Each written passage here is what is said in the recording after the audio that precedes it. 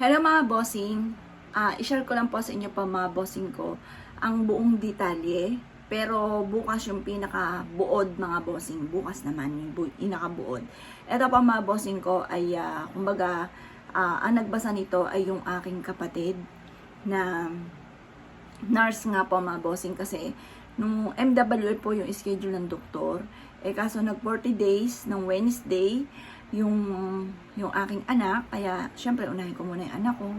Ngayon po ay dahil sa Friday, ngayon ko po mamaya ng alas 2 mapapabasa, 2 to 5 ang oras po ng doktor, at mapapabasa kanya kung ano po yung mga pinakuha niya sa aking examen.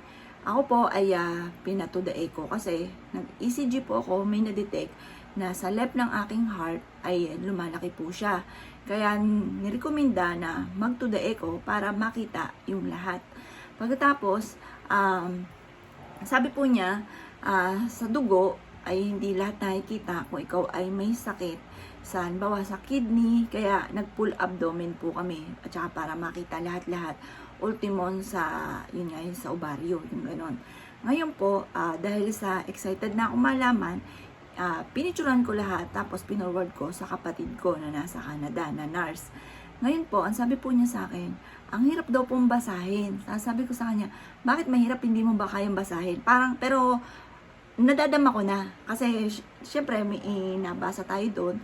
Nadadama ko na ibig niya sabihin. Para sa kanya, syempre, kapatid, nahihirapan na basahin. Pagkatapos, sabi niya, hindi po, sandali lang ha.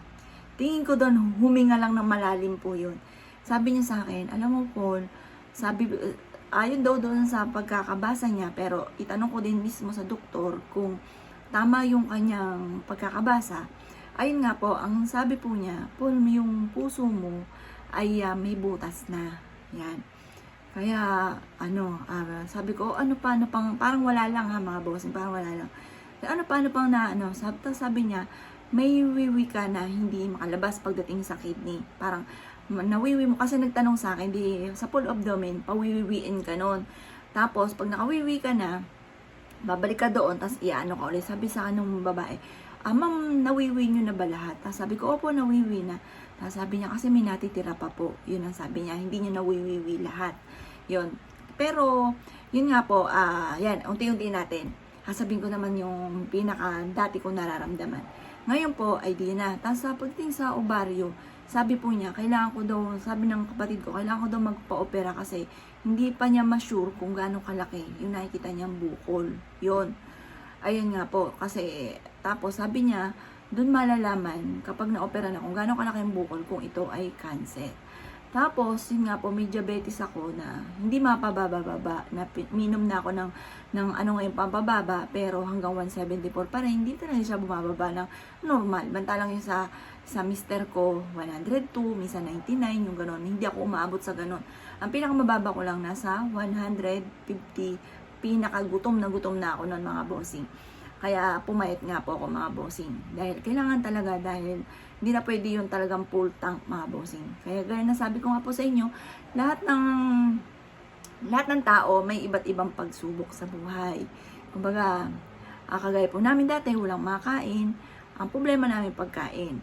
Ngayon naman, nagkaroon ng pagkain, hindi naman pwede kaming kumain. Yung ganun po, hindi talaga, kagaya na sinasample ko, diba dati nagsasample lagi ako sa inyo. Sabi ko, may mayaman na ang problema naman ngayon, ayan. Pero hindi ko sasabi, kami yun mga bossing. May nakakwentuhan talaga akong gano'n na isa sa mga bossing ko na may problema rin po siya. Na dati nagsimula sa wala, tapos ngayon, yun nga po, may problema rin siyang gano'n. Lahat naman taon, may mga problema pinagdadaanan. Ngayon po, ito muna, yung sa puso, yung nanay ko, yung ikinamatay ng lola ko, may sakit sa puso. Tapos, namatayan din po sila ng kapatid ng nanay, anak ng lola, 19 years old kasi edad ni Jovelyn, heart attack, yan, cardiac nga po siya, cardiac arrest. Kagaya ng kay Jovelyn, cardiac arrest at saka sa kidney. Yun, at saka yun nga po, komplikasyon ng diabetes. Sabi sa kanan ng nanay, walang namamatay sa diabetes, ang namamatay sa komplikasyon. Yun nga po, yun ang naging cause ng death ni Jovelyn. Pagkatapos, nung maliit po kasi ako mga bossing, di ba mga bata, away-away. Pag lagi kami nag-aaway, tapos, na halimbawa, syempre, minsan may sabunutan dyan, may suntukan, 5 kami magkakapatid. Lalo't wala nanay, nag-away-away, naglinis ako, tapos biglang dadaan yung kapatid ko, ayun, mag-aaway na kami, minsan sasabunutan ka, masusuntukan, magana. Biglang tumitirik yung mata ko niyan, nung maliit pa lang ako. Tapos, dahil nga, parang may nakapagsabi sa isa sa kapatid ko, naku, drama lang yun, mga ganon. Tapos, mula nun, kinikim-kim ko na lang siya. Kapag ka, kinikim-kim ko, parang tumitigil lang ako, humingi ako ng malalim, pero ang sakit ng dibdib ko.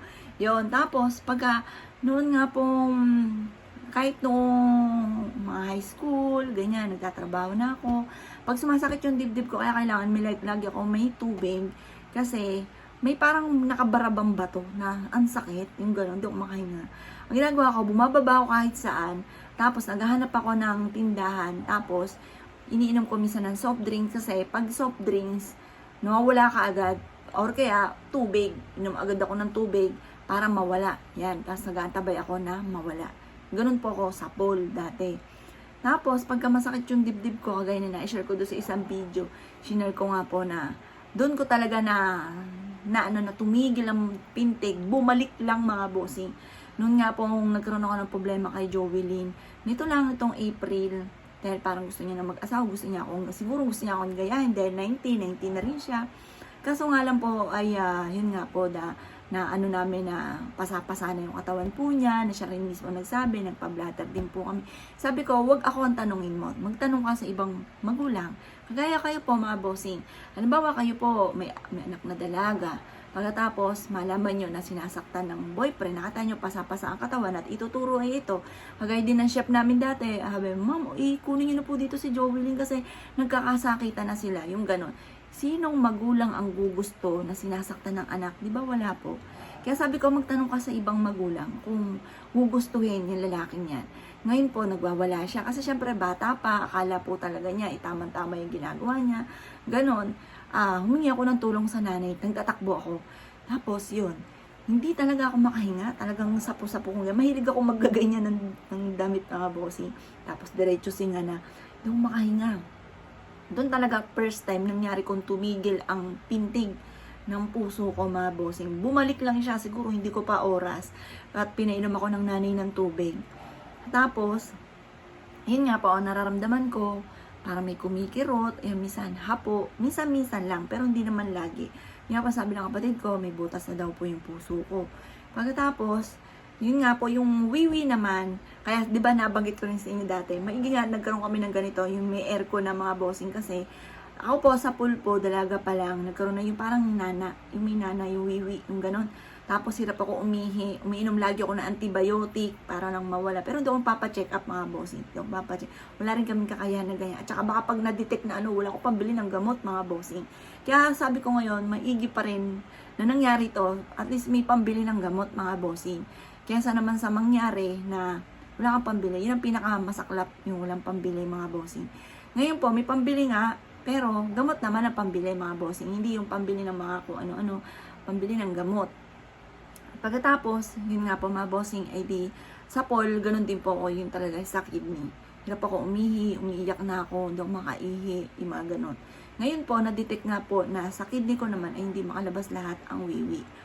Pagtapos, pagtingin naman po sa ovarian, sabi po sana ng kapatid ko, may bukol na kailangan kong ipa-opera para dumalaman kung malaki na siya, kung masasabi mo itong cancer o anuman. Kaya ngayon, todo dasal lang po, pagdasal niyo po ako mga bossing, pagdadasal ko din po kayo. Pero lagi ko naman kayo kasama sa panalangin, na lahat ng mga bossing ay matupad lahat ang mga pangarap sa buhay, yung mga ganon, malayo kayo sa anumang kapahamakan. Ayan, tulungan niyo rin po ako magdasal mga bossing. Kumbaga, wala rin po ito, malampasan lang po ito, parang kalmado lang. Sabi ko nga sa sister ko, ano ba, kailangan ko na bang umiyak? Iiyak ko na ba ito? Sabi, ang tagal niya nag-reply, alam ko, siya ang umiiyak. Kasi nung nawala din yung si Jovelyn, atunga siya ng iyak. Iyak siya ng iyak. Ayun po. Una, umiyak ako. Siyempre, umiyak ako. Matungal ako ng iyak, nagyakapan kami ni Joel. Nagipusan po kami. Pagtapos na naisip ko, siguro kung oras mo na talaga. Wala kang magagawa doon. Pag kinuha ka na ng taas, Kagaya ng mga iba ko napapanood, yung bang tipo na oras mo na kahit nasa loob ka ng bahay, madudulas ka, anong nangyayari sa'yo, di ba mga bossing? Hindi natin masabi ang buhay. Kaya, kumbaga, dasal lang, ang nanay ko po nagbigay ng pang-rosary, magro-rosary daw po ko lagi, nagdadasal sila. Yun, lahat naman nalungkot. Pero bukas ang pinaka-final sa punta namin sa ospital, yung doktor, kung ano sasabihin sa akin, kung magpapa-opera ako o kaya na ng gamot, yung mga pinagdadaanan ko, yung mga ganun mga bossing. Pero, yun nga po, ang pinakapayo ko lang mga bossing. Siguro kahit wala ka nararamdaman, magpa-check up ka na. Kasi ganun din ako. Pag halimbawa, bagamat minor lang naman din yun sa akin. Hindi yan talagang totally sobrang sakit. Parang naisip ko, baka wala lang yun. Parang ganun. Kapag may nag-uusap, may diabetes yung kausap ko, may iba siyang sakit. Kayo naman po, Miss Apple, ano pong sakit niyo? Sabi ko, ewan ko, wala man akong nararamdaman, kaya hindi ako nagpapacheck up, yung mga ganon, na mali po pala. Kaya kailangan pa-check up po kayo mga bossing. Kahit wala kang naramdaman, buong family niyo, magpa-check up na po kayo. Ayun, kaya, yun po mga bossing, na-share ko lang. Share ko po sa inyo mga bossing ko, kung ano yung mga iba pang mga kaganapan, kung ano po yung sasabihin ng doktor. Ayan. Pag po may halimbawa, nagsasabi po sa akin, huwag ka na umiyak, iyak ka na naman, naiyak ka na naman, huwag ka na umiyak. Minsan kasi po mga bossing, may mga araw na hindi ako naiyak, may mga araw naman po, bigla akong maalala yung anak ko, na kahit ayoko umiyak, naiiyak po ko, yung mga ganon. Yan, basta laban lang po tayo sa hamon ng buhay. Baga, hindi naman natin alam kung ano yung maaaring maganap bukas. Yan, kaya dasal lang po tayo mga bossing. I-release ko ano yung nagpapabigat ng inyong pong kalooban. Mas maganda po yun kaysa kinikim-kim. Kaya dati nga po sabi ko parang gusto kong sumigaw. Isinigaw ko po yun. Hindi ko kinimkim mga bossing. Kaya, ayun nga po. Ingat po kayo palagi mga bossing. Thank you pa sa panonood.